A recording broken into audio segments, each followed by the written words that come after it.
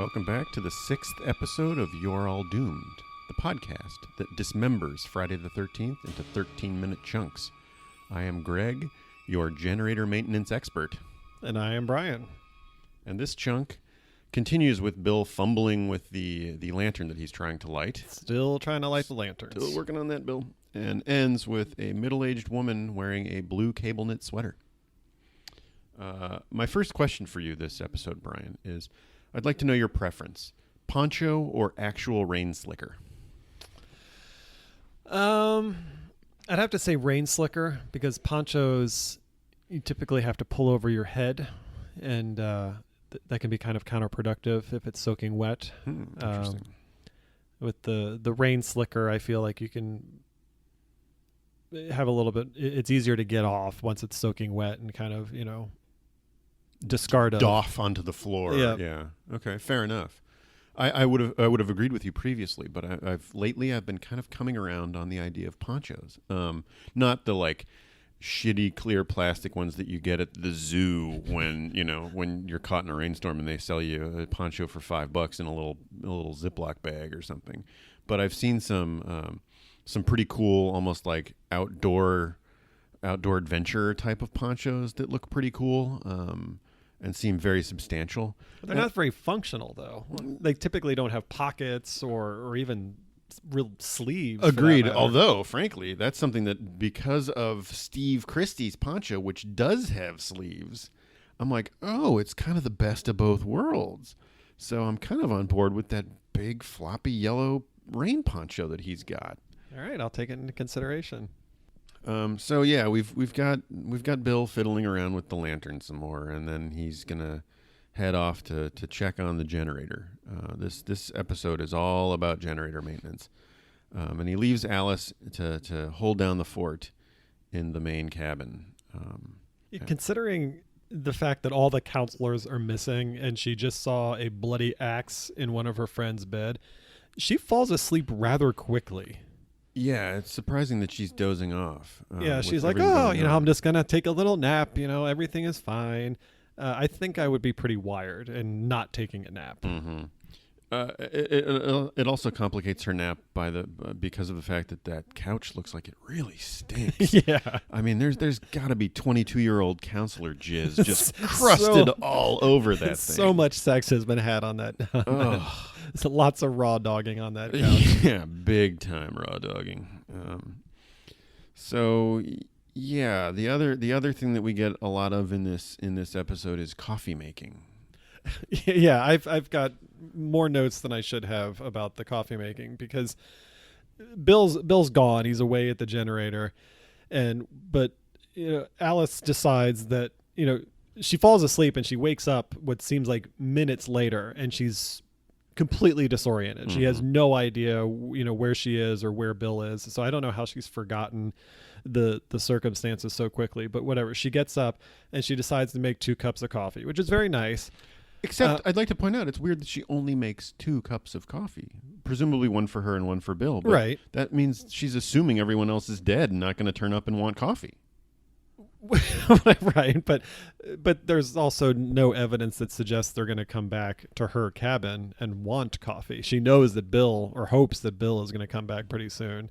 Fair enough. So the coffee will be there, and if the rest of the counselors show up, they can make their own damn coffee. That's fair enough. It struck me as a bit pessimistic, but you're right. I mean, she knows Bill is supposedly coming back. So one thing that bugs me though, and I'm not a coffee drinker, but I know that people are particular about their coffee, is that she seems to know exactly how Bill likes his coffee and puts sugar in both of them, which is not something that I would just feel is a safe assumption. I would probably make a black coffee for someone and let them make it however they prefer. But that could be another little bit of a hint to a camaraderie that she and Bill have displayed subtly leading up to this point. They seem they seem to really like each other, and they seem to know each other well and rely on each other. So maybe she does know how he likes his coffee. So you're suggesting that she's made coffee for him before? If you know what I mean? Maybe, well, it could be just a friendly cup of coffee. I didn't realize they had progressed to that point of their relationship, but okay. I didn't think. Yeah, I like the partnership that they seem to have, and then this kind of bears that out even further, that she knows him well enough to know how he likes his coffee. Okay. I just saw it as her preferring to dominate the relationship by saying, I'm making the coffee and you're going to drink it the way I like it. That could very well be the case also. So Alice abandons her freshly made cups of coffee and decides to head into the woods in search of Bill. So despite all of the good decisions that she had made recently, now she's deciding to venture off on her own, which is probably the worst decision that you can be making right now. Indeed. She puts on her rain slicker and decides to head out the door. When she walks out of she makes her way into the generator room, and as she walks out, she closes the door and discovers that Bill has been impaled to the back of the door with 3 arrows, one through his eye, one through his neck, and one apparently through his nuts. Yeah, he got shot in the dick with an arrow. I have many questions about this, but how the hell did he get up on the door? Well, his throat has also been slashed, so the killer is sticking to the motif of slitting someone's throat. Whether before or after then filling him full of arrows, I'm not sure. It feels to me a little bit more grisly if his throat was slashed, he was somehow hooked onto the door, and then the killer just stood there with a bow and shot him full of arrows. Oh, I see. Okay, so instead of like slitting his throat and then pinning him to the door like a note with a push pin on a bulletin board, he was probably propped up first and then pummeled with arrows. Shot. That's my guess. Okay. Because I was trying to picture someone lifting the person up, holding them at a certain level on the door, jabbing an arrow through their eye hard enough that they remained where they were holding them up, and then finished the job by putting one, through the nuts and through the neck. Yeah, just man, getting shot in the dick with an arrow. That's painful. So goodbye, Bill. Goodbye, Bill Brown. Yeah. He's a goner. Yeah, so this actor is Harry Crosby III, son of William Bing Crosby Jr., who was a famous singer, and yes, young Harry is the child of Bing Crosby and his second wife. Yeah, he's got a lauded history in his life. I'm sure old Bing must be proud. He's also the uncle of actress Denise Crosby, who is well known from Star Trek: The Next Generation and Pet Sematary. She's actually a year older than he is. She's the child of one of Bing Crosby's children from his first marriage. So this actor, Harry, is her half-uncle, basically, but he's a year younger than Denise. And Harry went on to do a couple of acting jobs.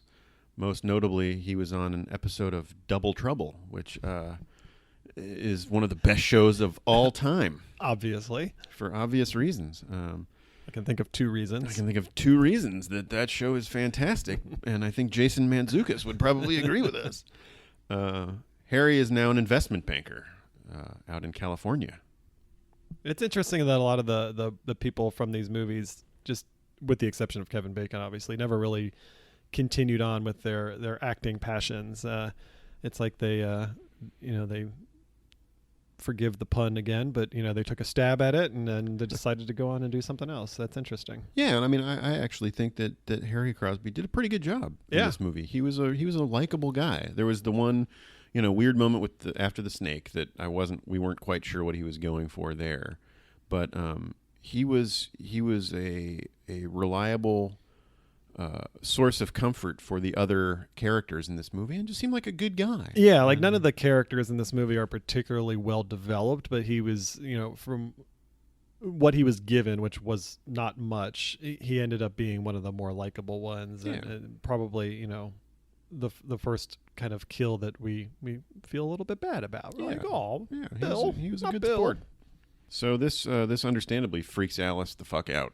And so now she knows the shit has hit the fan, and she hightails it back to the main cabin to establish a secure position. And boy, does she secure a position. We basically learn that Alice is MacGyver, First she secures the door by tying a rope to the handle and throwing the other end of the rope over the rafters. And then she closes the drapes and then puts a log in front of the door and then a magazine stand and then a chair and then another chair and another chair. I have some questions, though. She kind of leans the log up against the door, and I'm not sure exactly what that's supposed to accomplish because the door opens outward, so it's not reinforcing the structure of the door. It's not going to create any resistance. No, I mean, I almost wonder if it's just a bunch of shit that whoever is going to break in will trip over and buy Alice a few more seconds to get away. Yeah, but no, that structurally does not add anything to the rope that would prevent the door from being opened. I mean, like all the stuff that she's doing, it does seem a little comical, but I kind of like the I'm so scared I don't know what the fuck I'm going to do means of defense, where she just doesn't know. And she's like, I'm literally going to throw everything at the door and just barricade myself in here, even though there's windows. But she's doing something. She's trying something. She's doing something. She's not going off into the woods by herself and just standing there thinking, oh, well, this will be okay.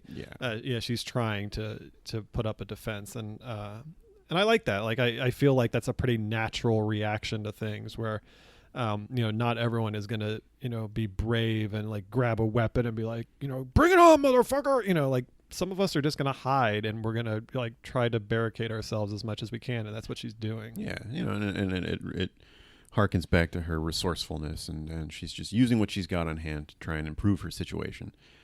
She also decides to once she's got the door secured, she also decides to start looking around the cabin for some weaponry. And first she settles on a baseball bat. Which is, a legitimate, option. Yeah, I mean, do you think baseball bat, good weapon or not?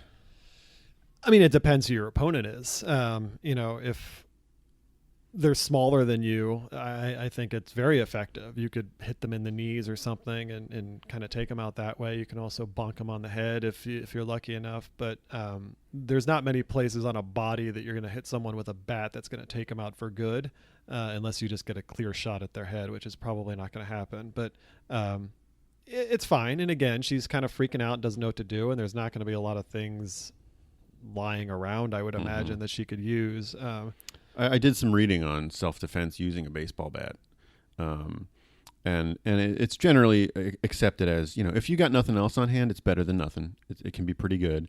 There are some problems with baseball bats, and one is that the typical approach when using a baseball bat for self-defense is the traditional baseball swing, which unfortunately that action telegraphs what you're going to do and where you're aiming far in advance. Right? Far in advance, so it gives your assailant a chance to defend, potentially even grabbing the bat. So some of the self-defense courses that teach baseball bat self-defense tactics teach you how to cope with your bat being grabbed and how to yank it away from the person you're using it on. That's kind of cool. They also suggest that you use it in more of a poking gesture and aim for the person's face or throat, because that's a little bit harder to defend against and predict. So there are pros and cons to using a bat, but it's certainly better than nothing. Yeah, I mean, you could also use it to kind of push someone in a certain direction. If you press it up against their chest or something, it gives you a little bit more kind of like leverage, and you can kind of like charge them into a corner or something, or even put it up against their neck. And if you can get behind them and use it as a choking device or something, there are upsides to it, but in terms of swinging it, I mean, you're in close quarters and you may not even be able to get a full swing in without hitting the ceiling or a wall or something, so it's going to be tough to do. But I think, for considering the last second kind of decisions that she needs to make, you can't fault her too much for picking it up. Yeah, I guess I would recommend what she do with the bat is maybe hunker down by the door with the bat cocked over her head, and the moment anyone sticks their face through the door, just bash that fucker in. Yeah, I mean, what I don't understand is how quickly she abandons the baseball bat, and when she goes into the kitchen and apparently picks up a barbecue fork. Picks up a big fork. Okay, maybe it's a slightly better option. At least it's a stabbing weapon, but it's going to be more of an annoyance than an actual effective weapon. It'd be like, ow, ooh, stop. Yeah, that hurts. I don't see being able to debilitate anybody with a big Not unless fork. you get lucky and get them in the eyes or something. But poor decision there. I mean, as Alice is kind of pacing the cabin with her weaponry, the body of Brenda is hurled through the window. Yeah. To put it nicely, she's tied up and fucked up and bloody and beaten, bruised, yeah, and hurled through a window, yeah. Landing on the hard floor. Why do you think she was tied up? I can't answer that. I really don't know. I don't know what we're supposed to think happened. Because at first, I thought maybe she was tied up then killed, but when we last saw her, she was distracted at the archery range, and then we cut away and we hear a scream. Mm-hmm. So there's no time in there for her to get tied up and killed. She was killed somehow and tied up after the fact. The only thing I can think of is that the ropes were attached to her to make it easier to throw her through the window, to turn her more into baggage, yes. that has straps. Limbs won't be flailing and that you can caught kind on of the like window. tie up and kind of get some momentum going and just kind of like swing it through, but by hand, but swing it through a window. Yeah, right. That's the only thing I can think of. That's a good thought. I was leaning toward perhaps she was tied up and then beaten, but that seems unnecessarily complicated. So you're probably right that it was simply to facilitate hurling her through the window. What's interesting though is that once she hits the floor, she's still moving a little bit. Yeah, and I don't know if that's just bad acting as a dead person or if we are meant to believe that the actual character is not dead, clinging to life somehow. But there's some very obvious twitching going on that suggests that she's not entirely dead. But the reason why I think it's just poor acting is that Alice doesn't respond to it. She doesn't see the twitches and go, Brenda, what happened? Tell me everything. Like try to help her. It's just she just freaks out and assumes she's dead. Yeah, I mean, I think at the very least we're meant to assume that Brenda is mortally wounded. If she is still alive, it's barely, and that she will not recover. So I think we can count this as the death of Brenda Jones. Yeah. Who, I have to say, watching this movie this time, grew on me a little bit. I found myself kind of liking Brenda. She seemed a little bit of an odd person, a little bit hard to pin down who she was in terms of what she liked and what her story is, what her situation is. But she had a hint of playfulness. She was the one who suggested the strip monopoly. And played, she was the one that was almost naked at that point. Yeah, and like you said, she was probably acting as a wing woman there. Very possible, which makes her a good friend. Yeah, but down to play along too. She's also somewhat bookish. She likes to read before night time, and seems to be a caring, thoughtful person. I thought she was kind of cute. I kind of dug her. Yeah, she was played by an actress named Laurie Bartram, although we noticed that the box of the VHS tape of Friday the 13th credited her as Bartham, so someone must have goofed on the typesetting there. Yeah, oops. That's unfortunate. And this appears to be her last acting credit. I didn't see anything for her after this movie. Yeah, me neither. Unfortunately, she died of pancreatic cancer in 2007. Oh, that's too bad. But yeah, I liked Brenda. She's a good character, and again, we don't get a lot of character development in this movie, but from what we saw, it's like her and Bill, like, yeah, they're solid people. They're good peeps. There was nothing annoying about either of them. No. So yeah, I'm sad to see her go. Of course, this ratchets Alice's panic up. Oh yeah, she's freaking out at this point. So she basically undoes all of her door traps and runs which is outside. Hilarious. Like all her hard work, and now she's like, oh shit, now I got to take this all off so I can get out. Yeah. So she dashes out into the night and is met by a familiar Jeep pulling up. Oh, thank God! It must be Steve. It right? must be Steve. Yeah. Phew. Unfortunately, it's not. But what's interesting to me is that we assume at this point that this is the Jeep that was driven by the person who killed Annie. So that means it's the killer. And that means that this person hurled Brenda through the window and then ran over to the Jeep, hopped in the Jeep, started up, and was far enough away to then pull up in the Jeep Right. in the time that it took Alice to freak out and Well, run out the remember, door. we've established that this person is familiar with the camp, so there's probably lots of shortcuts. But but that's kind of that seems very because truncated. Brenda came through that window maybe 30 seconds ago. Right. Enough time for Alice to freak out, run to the door, throw all that stuff aside, and go out. Yeah, And not hear a Jeep engine starting. So Mhm. maybe the Jeep was already running, or who knows. But that seemed a little bit abrupt. So 1 hour and 15 minutes and 15 seconds into this movie, we are introduced to a new character who gets out of this Jeep. And it's a middle-aged woman wearing a blue cable knit sweater. she's an old friend of the Christies, from what I've heard. Yeah. Mrs. Voorhees. She says her name is Mrs. Voorhees. Yeah. It's our first it's our first look at this person. And watching this movie this time, there's something about the way they applied makeup to this actress and the lighting used or something, but it reminded me of someone else. I was racking my brain trying to figure out who is she reminding me of?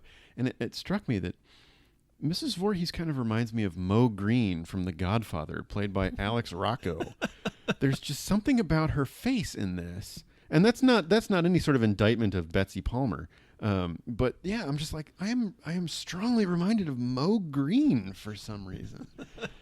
And I found that to be very odd and amusing. So, yeah, we're introduced to this new character. Yeah, and Alice is thrilled to see her. She, immediately hugs her and tells her about all the dead people. So, just like other characters in this movie, she's quick to volunteer a lot of information. Yeah. I don't know if hugging someone, especially someone I don't know, would be my first reaction. I understand that she's relieved to think she has help, but I think I would, before I would hug her, I would say, get the fuck back in the car. We're getting out of here. Mm-hmm. And I'll tell you what happened on the way there. But by the way, I have this fork, so don't come any closer. yeah, because again, I mean, Brenda came through the window 30 seconds, maybe a minute ago. And so just because this Jeep with a woman in it pulls up, it doesn't mean she's safe. Right. But Alice suddenly has instant relief, like, oh, thank God you're here. Like, theoretically, the killer is still just on the other side of the cabin where Right. Brenda came through the window. Close by at the Yeah. very, very least. So yeah, Mrs. Voorhees follows Alice into the cabin to take a look at the carnage, and reacts very strongly to seeing Brenda lying there on the floor, dead by this point. Strongly, but not how I would expect someone to react to seeing a dead body on the floor, especially a woman. A woman seeing a dead body on the floor.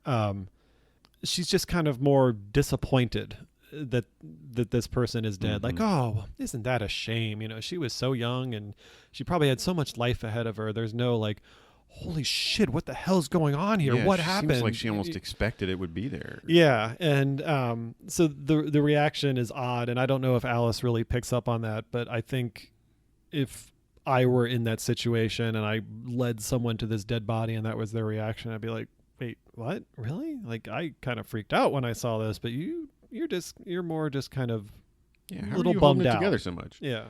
But that basically gives Mrs. Voorhees a chance to monologue a little bit, and she takes a trip down memory lane, where we learn some important information in this scene. Lots of information. She asks if Alice knew that a young boy drowned a year before the other counselors were killed. So this would be 1957 that this young boy drowned, and we learn his name is Jason. Well, so the boy drowned. Jason drowned because the counselors weren't paying attention. What were they doing? Fucking. Wait. Oh, I thought they were singing Jesus songs or something. No, they most definitely were not. Whatever they were doing, Mrs. Voorhees did not approve. Yeah, she says they were making love, and she says it with a little bit of spite in her voice. Yeah, like how dare they? Yeah. But I mean, it raises a couple of questions. Okay, the counselor should have been watching Jason while he was swimming, but there's other counselors. I would, I would guess on camp. Yeah. And so were these two in particular assigned to just sit on the edge of the lakeshore and watch Jason swim? Because that seems kind of shitty. Right. And was Jason like allowed to just swim in the lake by himself? Right. Were there other kids in the water with right. him? And I've never understood fully whether Jason was meant to be like just a kid who, we I'll back up. We learned that Mrs. Voorhees worked at this camp. She was the cook. Right. Was Jason just a camper? What was he doing there, and how was he allowed to drown? But the other question I have is, are we meant to believe that Barry and Claudette, the first deaths of this movie, were the very counselors who had been making love when Jason drowned? That's how I see it, because it's the only two the only two murders that we see take place in 1958, and they're referenced as only being two murders in 1958. And so they say that the camp closed a year after Jason drowned, and that's because those two counselors were killed. So, yeah, I kind of see it as there were these, Barry and Claudette were watching Jason for some reason. Jason drowns, and I don't know why I don't know why they waited a year. If Barry and Claudette were in fact in charge of watching Jason and he drowned, I'm really surprised the Christies hired them again for the next summer. Right, and that's true, because we know that they came back for another summer, and so why did the killer wait a year to kill them? Mm-hmm. Wouldn't the anger have been pretty strong immediately after Jason died? Yeah. Or maybe it took a while to figure out who the responsible counselors were. I see it. It could run that way. It certainly could run that way. I could also see it being that Barry and Claudette had nothing to do with Jason's drowning the year before, but that the killer, angered by what had happened the previous summer, saw that Barry and Claudette were going off to make love, doing the same damn thing that caused Jason to drown. And that drove the killer to target them. They weren't directly responsible for Jason's death, but they were being held responsible for Jason's death. Yeah, I can see that too. We learned that Mrs. Voorhees was to have been the cook, which is the very position that Annie was supposed to have this time. So maybe Mrs. Voorhees was jealous of Annie's new position. Yeah, the cook killing the cook. One interesting thing I noticed is that under the baby blue cable knit sweater that Mrs. Voorhees is wearing, you can just see the hint of a plaid shirt. Oh, interesting. Which I noticed for the first time. Which we'd seen in other scenes. We had seen the killer wearing a plaid shirt. Particularly when Kevin Bacon died. Exactly. The other important bit of information that we learn is that this boy Jason, who drowned, was the son of this woman, Mrs. Voorhees. So we know that Jason Voorhees was the son of the cook at the camp the summer he drowned. We also learned that today, Friday the 13th, is his birthday. Although, I've always kind of wondered, what if it's already after midnight at this point, in which case it's actually June Saturday 14th. the 14th. But we'll go with the title of the movie and say that this is all happening around 10 or 11 o'clock or something, and so it's still Friday the 13th. Or it could be 2 or 3 o'clock in the morning of Friday the 13th. So the day is but the title over. card at the very beginning of the movie says it's Friday the 13th. Oh, and Officer Tierney also says Right, that it's Friday the 13th. So, yeah, you're right. It's just it's got to be before midnight. We'll give them benefit of the doubt. So, basically, from everything we're hearing right now, we don't have any proof, but I'm pretty sure that this Mrs. Voorhees is the killer. She just jumped to the top of the suspect list. Yeah, things are starting to shape up that way. There's a lot of, just based on her reaction to, or non-reaction to seeing Brenda's body, the plaid shirt under the cable knit sweater. There's something off about her monologue too, the way she's telling the story. It's she's almost going into kind of like a dream state, where she's just kind of like looking off into the distance, and she even kind of talks to Jason at one point. Yeah. At the end of this chunk, and it harkens back to something I said in the last episode, where given that we're learning that this woman worked at the camp, was her son died at this camp, and some terrible things happened after that. I'm really still surprised that Steve Christie reacted favorably to seeing her lurking outside the sign at the entrance of his camp. unless he had hired her for this season as well for some reason, I would think he'd be alarmed that this woman with this crazy past with his family would be hanging around in a rainstorm at his camp. Yeah, in hindsight, it is kind of weird to kind of explain that reaction that he has, because his reaction suggests that she's always been there. Like, she just hangs around and maybe lives on the camp or something. And he's like, oh, hey, what are you doing here?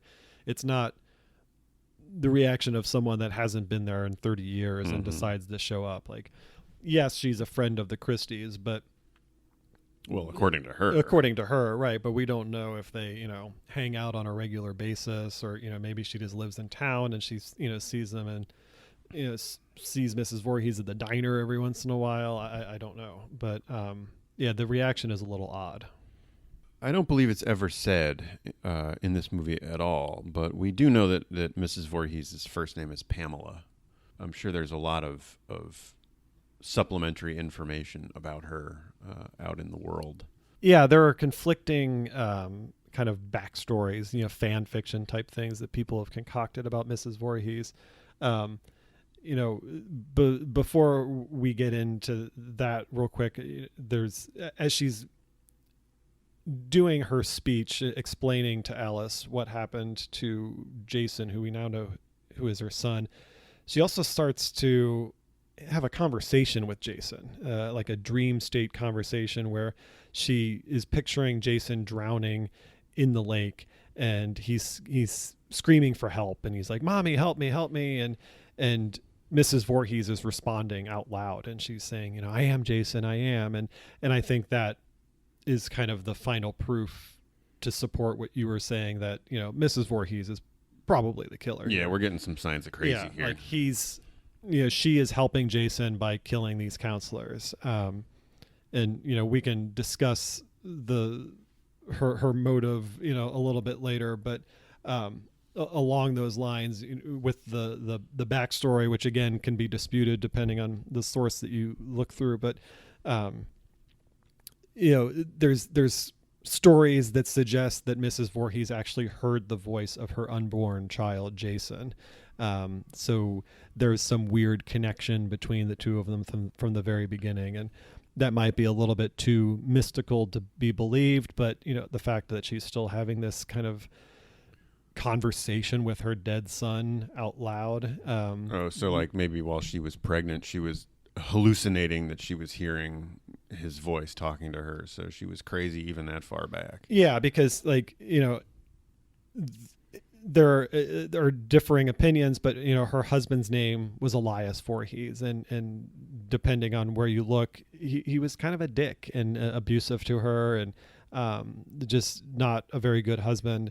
And Pamela was actually listening to this voice of her unborn child, Jason, and hacks her husband to death with an axe while he was sleeping. Yikes.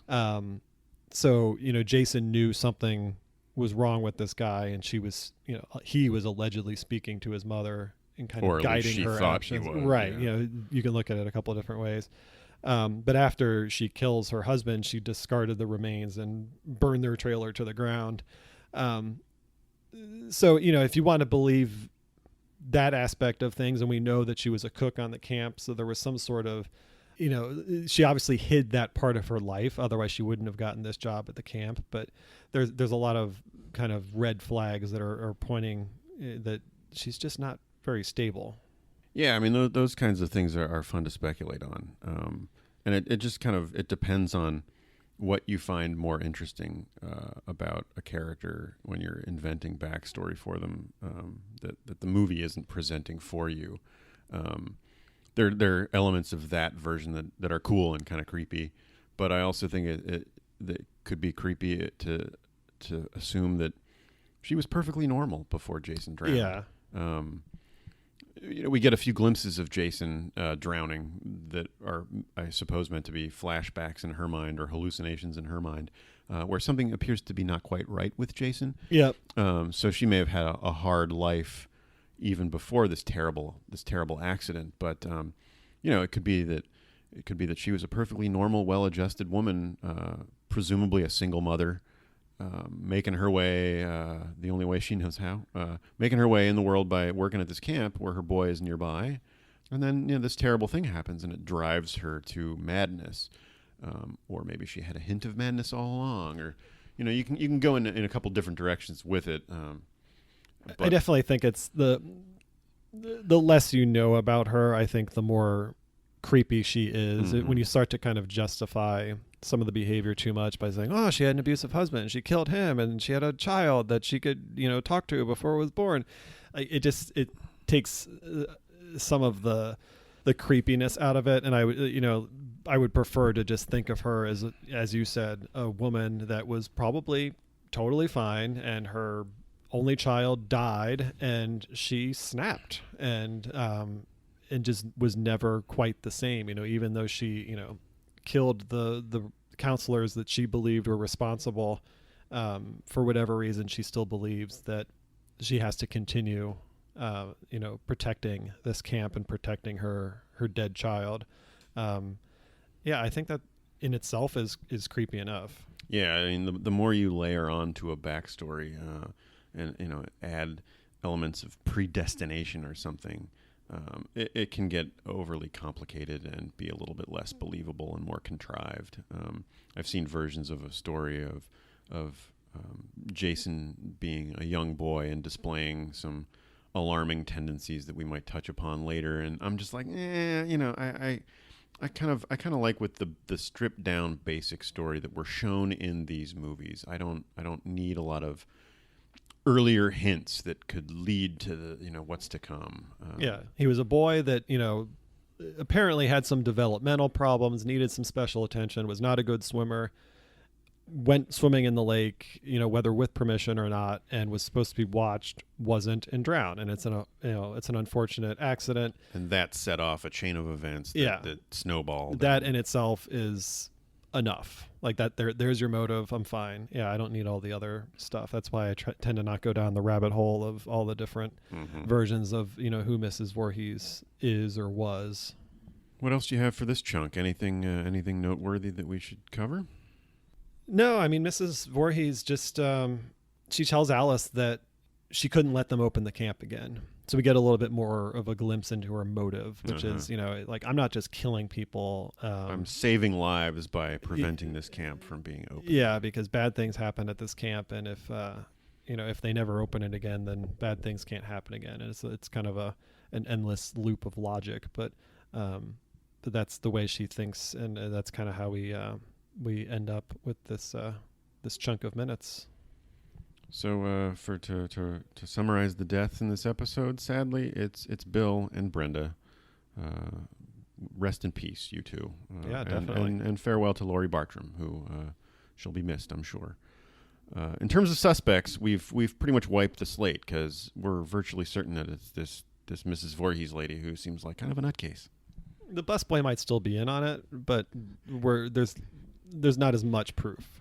Or he went 20 miles down the road to Tomahawk Lake, and he's causing similar chaotic events. I mean, like, he could have been the one that threw Brenda through the window, which is why Mrs. Voorhees drove down the path so quickly. He'd be strong enough to. So I think she would have gone through the other side of the cabin if he had hurled her through one window. Look, you can believe what you want. I'm just saying that there's not enough evidence to completely rule out the busboy yet. So I'm still sticking to it. But I definitely think he's in cahoots with Mrs. Voorhees. We need to keep our eye on the busboy for sure. So while we do that, we'll wrap this up, and thank you again for listening to this podcast, and hopefully you enjoy it so far. And if whether you do or you don't, leave some comments on our social media pages. You can find us at YAD Podcast on Instagram and Twitter and Facebook, and we'd love to hear from you. And until next time, I'm Brian. I'm Greg. And you are all doomed.